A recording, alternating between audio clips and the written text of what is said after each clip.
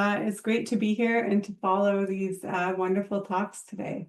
So I will talk about physical activity in older adults and some of the gaps and opportunities with using wearables in aging populations. And I'll share with you results from an international consensus meeting we held this time last year that sought to set out some minimum standards for wearable technology in older people. And then I have a data set here in Canada that's really useful for looking at the impact of body wear location and algorithm choice on step count measurement in older people. And this speaks to some of the work that Sarah just presented.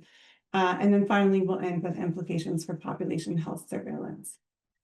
So why do we care about physical activity, specifically in older adults? Why should we be having this presentation? So we're living in an unprecedented time in history. For the first time ever, there are more people over the age of 60 than under the age of 5. And this trend is accelerating, particularly in the developing world. We know that physical activity is critical for healthy aging, with strong relationships to functional ability, chronic disease, and mortality.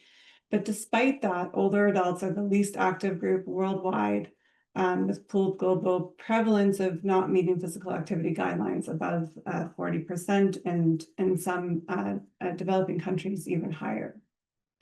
So how should we measure physical activity in older people? So Fiona already talked about measurement challenges with self-reported tools, and I would argue that these measurement challenges are amplified in older adults.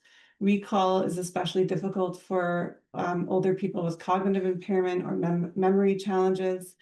And most importantly, a lot of the questionnaires being used were not designed for older people, so they fail to capture the kinds of activities, the more lighter intensity activities that older adults engage in.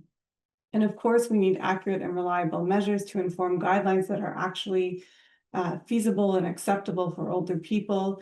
And as an example, of course, the growing evidence supporting the benefits of lighter intensity activities in older adults that we can only measure with wearables for mortality, mobility, disability, and even cognitive function.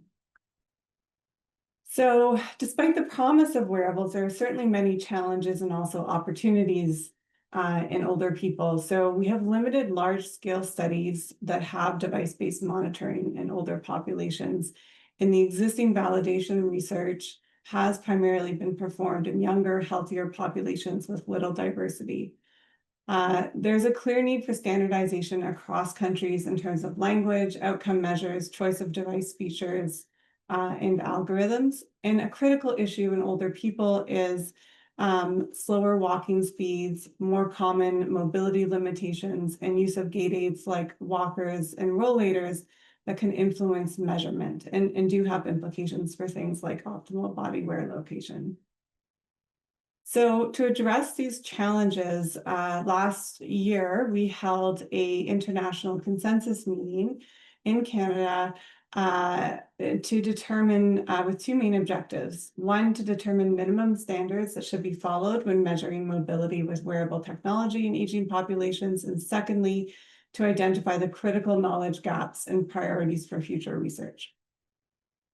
So we held a 2-day in-person meeting, and we brought together 24 researchers from 20 institutions across the globe. We hired a trained group facilitator to run the meeting and using a digital support technology. And we used a nominal group approach, a modified nominal group approach. So experts got together in small groups to collect ideas and to generate items, and then rejoined a larger group for discussion, concept and item refinement, and then finally anonymized voting. And we used an 80% threshold to indicate consensus. So to ground this consensus work in the context of healthy aging, we use the definition of mobility from the World Health Organization World Report on Aging and Health, where mobility was defined as movement in all its forms, whether powered by the body or a vehicle. And so this definition is quite broad, including everything from getting out of a chair to walking, exercising, and driving a car.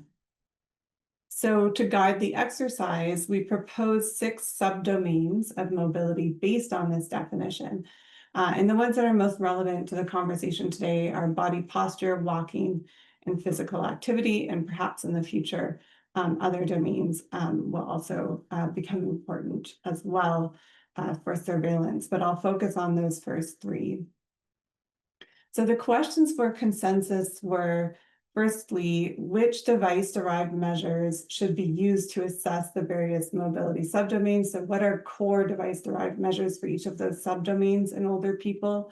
The second question was around general best practices that should be followed when selecting and using a wearable in older people. And the third was about priorities for future research.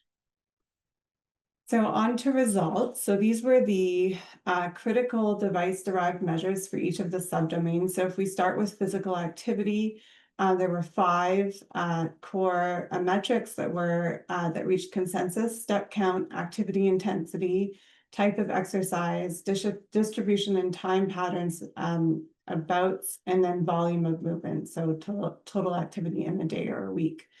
For walking, gait speed, frequency and duration of bouts, cadence or step frequency, and then step count again met consensus. And again, these categories were not meant to be mutually exclusive. They were just meant to be broad categorizations. And then I'll skip transitions in the interest of time, but for body posture, there were 2 measures that reached consensus that relate to sedentary time: frequency, duration, distribution, and pattern of posture bouts, and then time spent in different postures, which is of course needed for looking at sedentary behavior. In terms of the second question, which was about the guiding principles, so the group, a total of 31 from, I think 70 we started out with, or just over 70 guiding principles, reached consensus. And we divided these guiding principles into 6 stages of the research process: pre-planning, choice of device features, data collection, processing, analytics, and reporting. And I've highlighted here the ones that I think are perhaps a little bit different or more specific to older adults. So in pre-planning, we have a principle: choose body wear location depending on measures of interest. For data collection, this aligns well with the WHO meeting. For longitudinal studies with aging populations, a minimum of 7 days should be considered to capture mobility on weekdays and weekends. Choice of device features, and I think this is also, Matthew also touched on this, access to raw data is needed on the selected device. For processing, there was consensus around use of appropriate open source software and using the most population appropriate validated algorithm for processing data. And there's a bit of a theme here in terms of transparency.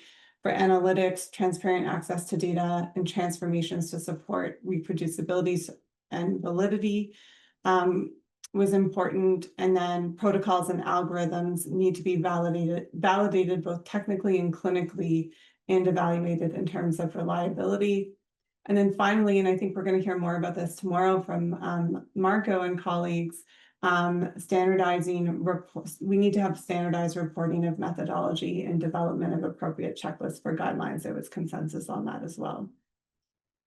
In terms of question 3, looking at future research priorities in the field, again, here I've highlighted 4 that I think are particularly relevant to the conversation today, with an identified need for more longitudinal studies and longitudinal data sets that link wearable data with health outcomes over time in aging populations. An identified need for creating and validating algorithms and standards that are tailored specifically for older adults with varying functional capacities.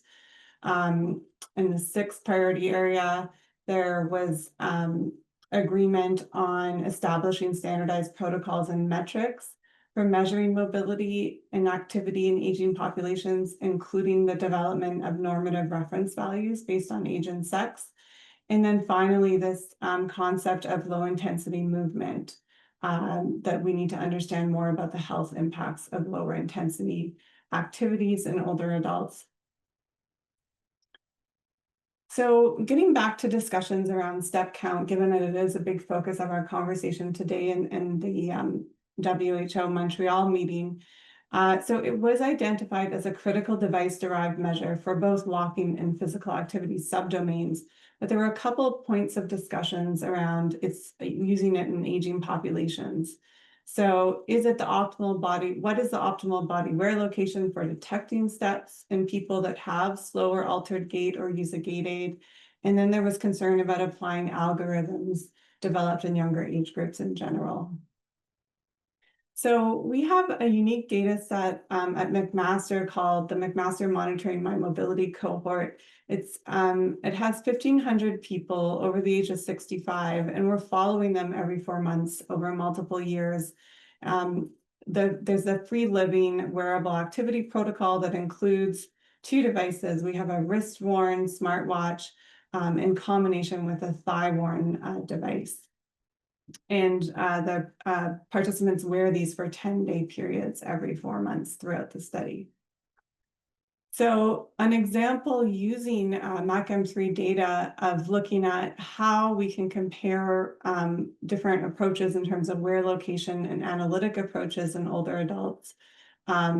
This analysis is being conducted, I should say, by a postdoc in our group, Ben Cornish. And so we have the wrist-worn device, which is a tick watch, and then we have a thigh-worn device, the Actigraph. The tick watch we can use the commercial software that comes with it, which is basically a Google Wear OS software, or we can process the wrist-worn data with the Ox Wearables algorithm that was developed for the UK Biobank. And then for the thigh, we have the ActiLife software that comes with the Actigraph, or we can use an open source validated in older adults modular software called Nimbleware to process that data. So these are our demographics in MACM3, and it's important to note that this analysis was done in 746 people that had baseline data from both the wrist and the thigh, and at the same simultaneously. This is a sample average age 73 years old, 70% are female, 57% do not have any mobility limitation.